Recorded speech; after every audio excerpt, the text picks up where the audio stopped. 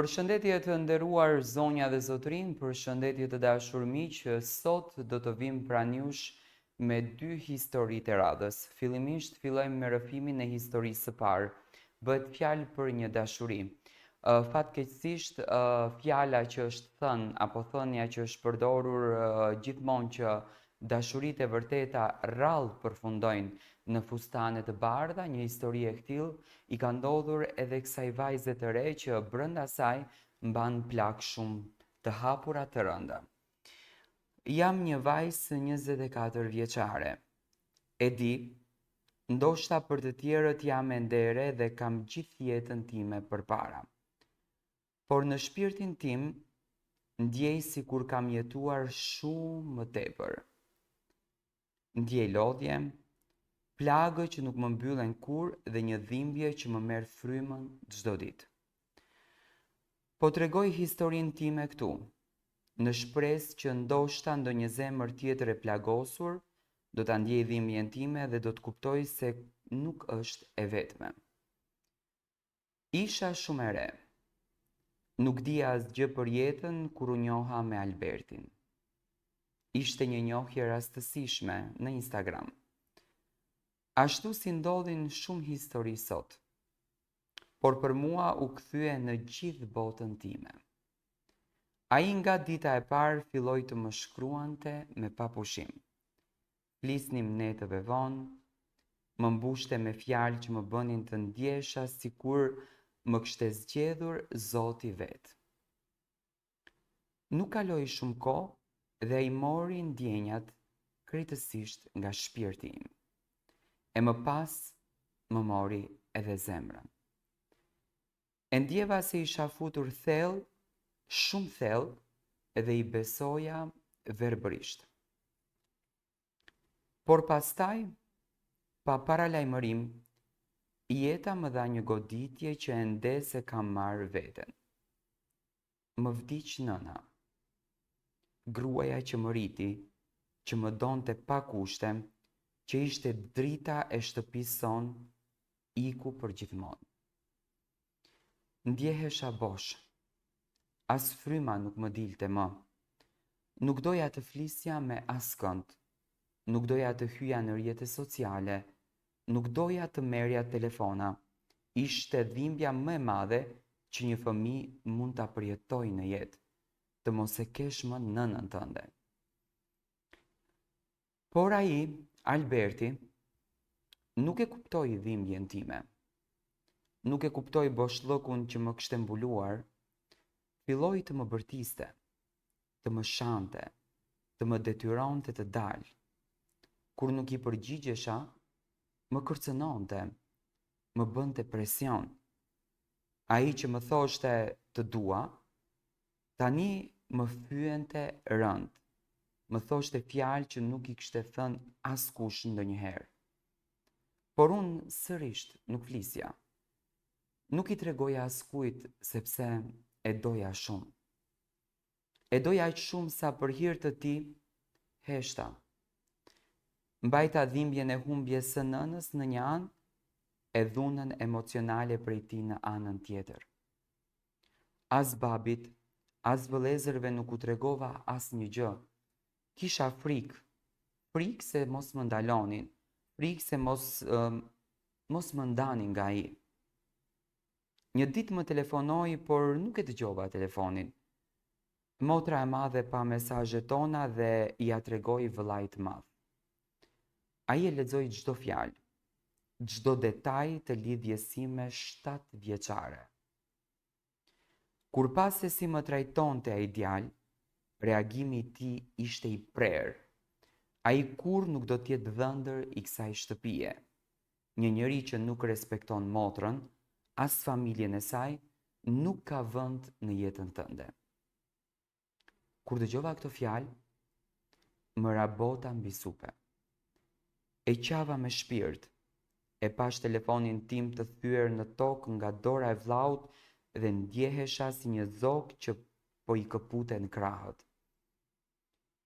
Shkova tek shoqja ime. I mora telefonin vetëm për të qenë në kontakt me të. Por kot. Ai vazhdonte të njëjtën sjellje. Shante, bërtiste, më fliste si askush tjetër, më poshtëronte, më sillte në gjunjë. Edhe pse e doja, ai nuk më kurseu asnjë ditë. Dhe ja ku jam sot, 24 vjeçe, me një jetë të mbushur me dashuri të njëanshme, me dhimbje që më përndjekin çdo ditë. Nëna nuk është më, ai që e doja aq shumë më shkatërroi psikologjikisht. Dhe unë ende e dua. Ende vuaj për të. Ende qaj kur kujtoj momentet e bukura që mi hodhin aer. Ende e shoh si një ëndër që u kthye në makth. Ai është një plak e hapur në shpirtin tim. Dhe kur e pyes veten, pse Zoti më la jetime kaq herët, pse më dha një dashuri që vetëm më lëndoi, nuk kam përgjigje. Vetëm një gjë e di, që kur s'ke nën, kur dashuria kthehet në dhimbje, edhe kur heshtja bëhet shoqja e jote më e ngushtë, jeta nuk është më jetë. Është një burg emocional që të mban peng për ditë. Dua të shërohem, dua të haroj, por ndoshta do të më duhet një jetë për të mbyllur këtë plak që quhet Albert. Ka net kur zgjohem nga gjumi me sytë e mbushur me lot. Ëndrat më rikthejnë zërin e tij. Fjalët që dikur më dukeshin si premtime dashurie, por sot më ndjellin vetëm dhimbje. Nuk e di pse, zemra ime ende e kërkon, ende e lut heshtjen që të më përgjigjet, ende mban shpresa aty ku gjithçka është thyer. Më kanë thënë shumë herë që koha i shëron të gjitha, por askush nuk më tregoi se kur dashuria bëhet var i hapur në shpirt, koha nuk të shëron, vetëm të mëson se si të mbjetosh me plagën. Ndonjëherë shikoj veten në pasqyrë dhe me zdjenjo. Vajza që dikur qeshte, që ndronte një jetë të bardhë me fustan usërie, që e shihte dashurinë si dhuratën më të bukur të jetës, tani është bërë e heshtur me sytë e ftohtë dhe një buzëqeshje që mezi e mbulon dhimbjen. Më mungon nëna çdo ditë, ajo do ta kishte kuptuar vuajtjen time, edhe pa folur. Do të më kishte përqafuar fort dhe do të më kishte thënë, bia ime, kjo nuk është më dashuri. Por sot, unë jam e vetme. E vetme luftoj dhe bëj luftën, dhe kjo është vetmia që unë luftoj me veten time. Të çliroj zemrën nga ai që më shkatërroi dhe të gjej forcën për të nisur nga e para. Nuk është e lehtë. Kur je e rritur me mungesa dhe më pas edhe dashuria të përplas për dhe, kum besim në gjithçka, por ndoshta një ditë do të më doj dikush që do të më shëroj me butësi, jo me fjalë të rënda.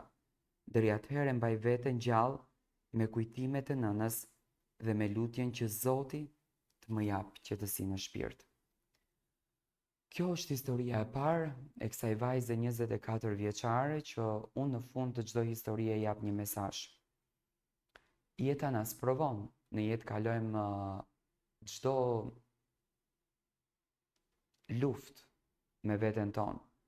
Por ajo që ti ke fituar nga kjo betejë është që ti, fal ndihmës familjes, nuk ke mbetur pjesë e kësaj dashurie që nesër do të shndrohesh në dhunë, ndoshta edhe në vrasje për ty. Je në moshën më të bukur tënde dhe unë e di që fati jo do të jetë me ty. Ne besojmë që pas çdo të keqe vjen një e mirë. Andaj mblidh forcën edhe tregoj vetes tënde që ti je lumtur, ti buzëqesh edhe ti mund t'ja dalësh. Tani do të kalojmë tek historia e dytë. Më vjen shumë keq që vajzat shqiptare, gratë shqiptare vuajnë kaq shumë. Dhe historia që do të lexoj është një vuajtje e pamëshirshme. E kam shkruar dhe e ristjell në mendje me gjithë plagët që hapen sa herë që e rrëfej. Historia ime është një mozaik emocionesh, ku ngjyrat e errta të dhimbjes përzihen me dritën e një dashurie të paimagjinueshme. Aty ku frika përplaset me forcën e një nëne. Aty ku një grua e brisht bëhet shkëmb për të birin e saj.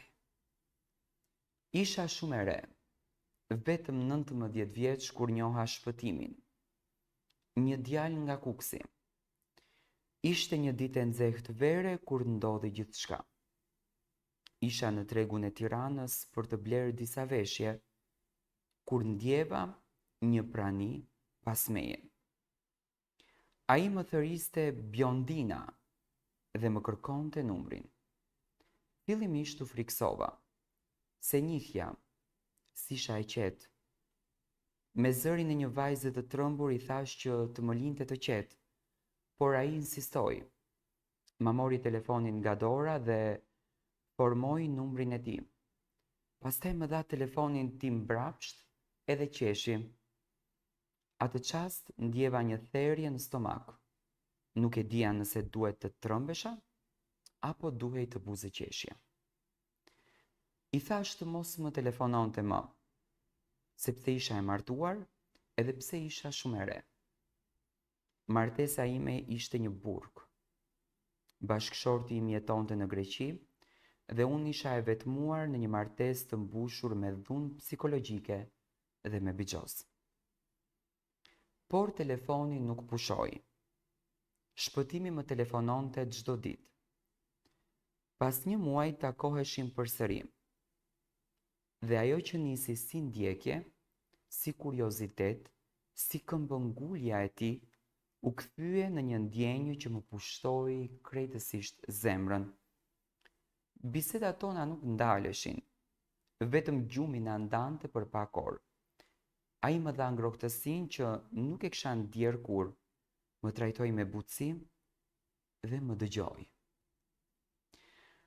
Por siç ndodh shpesh në dashuritë e ndaluara, shpejt gjithçka mori një kthes të hidhur. Mbeta shtatzën, por nuk e kuptova menjëherë. Kur ja thash, filluan dyshimet e tij. Më ofendoi duke më thënë se ndoshta nuk ishte fëmia i tij. U ndjeva e thyer, e braktisur, e poshtëruar. Një vajzë 19 vjeçare pa përkrahje, e tmeruar dhe e vetme. Lotët nuk më ndaleshin. S'dija çfarë të bëja. Kur më në fund vendosa që të bëja një ekografi, më thanë se isha në muajin e 5. Kisha shtuar disa kilogram, por nuk dukej. Ishte shumë vonë për të menduar për një ndërprerje, por frika më kishte mbërthyer. Shkova në spital dhe duke folur me një doktoresh, ajo më pa thellë në sy, më dëgjoi me zemër dhe më tha: "Mos bëj mëkat. Je nën tashmë, fëmia yt është zhvilluar, ti je e fortë edhe do t'ja dalësh." U largova nga spitali me duart bosh, por me një vendim të rëndë. Të përballesha me gjithçka për atë shpirt të pafajshëm që rritej brenda meje. Ditët kalonin. Muajt rrotulloheshin si orë rëre dhe shpëtimi ishte tashmë në Suedi. Kur i thash që po afroi momenti i lindjes, më tha: "Mbaje, do rritet si të gjithë fëmijët e tjerë, por mos u marto me dikë tjetër. Askush s'do ta doj fëmijën tënd." Këto fjalë më thyen përfundimisht. Ai nuk do të ishte kur atje për ne. Kur erdhi dita e lindjes, isha vetëm pas 24 orë pa ujë. E lodhur, e shkatëruar në prag të vdekjes. Mjekët më pyetën kush më kishte ndjekur gjatë shtatzanisë. E unë i thash askush, një vajzë e re, pa analiza, pa kontrolle, vetëm me një shpresë tek Zoti. Një mjek i ri më qëndronte te koka. Më mbante dorën, më fshinte lotët. Kur më çan me bisturi, ndjeva gjakun që rrithte nga barku e nga zemra. Askush se fshinte atë dhimbje që unë ndjeja brenda. Doli foshnja, një ëngjëll i bukur, 3 kg e 850 gram. E putha në balë dhe i thash, o Zot, nëse na dhurove jetën, të lutem bëje këtë fëmijë të lumtur, por sytë e mi nuk shihnin askënd pranë që të qante nga gëzimi. Ishte një lindje në heshtje me lot që nuk kishin asgjë festive. U ndava nga burim kur ishte djali 4 vjeç. Nuk duroja më të shihja fëmijën tim të prekej nga një dorë që ai nuk e meritonte. Familja ime e kundërshtoi, jeta u kthye në betejë të përditshme. Por djali im Albi ishte forca ime. Ai më bëri të ngrihem çdo mëngjes, të luftoj, të marr frymë kur nuk doja më të jetoja. Në vitin 2017 vendosa të largohem nga Shqipëria. I shkrova përsëri shpëtimit. Desha ta di nëse kishte ndryshuar, nëse donte një jetë me ne. Por ai ishte po ai. Mos ik, por mos u marto. Asnjë s'doja ta doj fëmijën tënd. Asnjëherë s'pyeti si ishte djali, a kishte nevojë për diçka, a flinte ngrohtë apo i mungonte ndonjë lodër. Por djali im Albi ka pasur çdo gjë që një zemër nëne mund t'i japë. Dashuri pafund, përqafime net pa gjumë, duke i treguar pralla, drita të fikura me puthje në ballë. Kur më thot ti e mami dhe babi im, më shuhen për pak çaste gjithë dhimbjet. Por unë kur nuk arrita të nis një jetë të re. Plaga që lash pas është ende hapur. Jo sepse e dua ende shpëtimin, por sepse s'mund të pranoj që djali im u rit pa të. Sepse s'mund të kuptoj si një njeri mund të harroj një jetë që la pas. Ai sot është i martuar, ndoshta është i lumtur, por a mendon ndonjëherë që diku një fëmijë me sytë e tij është rritur pa të? Ai që e di që Albi ka zënë vendin e tij në botë vetëm me një prind. Kjo është historia ime, dhimbja ime, forca ime, dashuria ime. Jam një nën, një grua që s'u dorëzua, dhe mbi të gjitha jam nëna e Albit, djalit tim të vetëm, të mrekullueshëm. Ai është arsyeja pse ende marr frymë. Ai është jeta ime.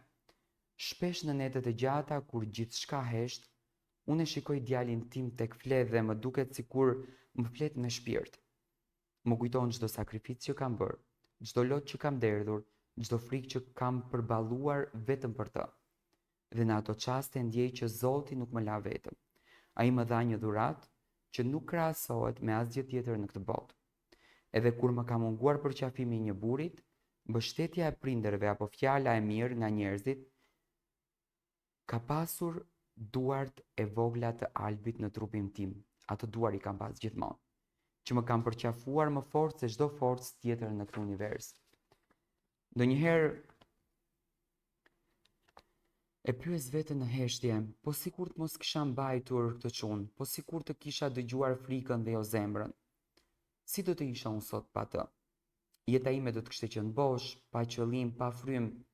Sot, pas kaq vitesh, dhimbja nuk është zhdukur, por është shndruar në forcë. Kam mësuar të ecë përpara me plagët e mia, pa pritje nga askush. Vetëm me besimin se dashuria që i kam dhënë djalit tim është e mjaftueshme për të ndërtuar një jetë të ndritur për të. Nuk kërkoj më asgjë nga jeta, vetë se djali im të jetë i lumtur. Le të mos e njoh kur atë boshllëk që un kam djerë, atë braktisje që më theu shpirtin, le të rritet me dinjitet, me dashuri, me vlera, dhe një ditë kur të bëhet burr, të di që nëna e tij ka luftuar një luftë të madhe vetëm për të. Unë jam një nën që s'u dorëzua kurrë dhe do t'jem gjithmonë buroja e tij, deri në frymën time të fundit. Ai është jeta ime, ai është gjithçka. Fatkeqësisht shumë nëna martesën e dëgjojnë si burg dhe ashtu ndodhen. Kjo nën, që dikur ka qenë një vajzë e re 19 vjeç dhe i ka besuar një djalit, i cili gjatë gjithë kohës e ka lutur mos u marto, sot ai u martua, por kjo mbeti vetëm. Por kjo luftoi për djalin dhe sot është pranë djalit të saj. Ndërsa ai, unë e di që një ditë do të pendohet, sepse gjaku uji nuk bëhet kurrë.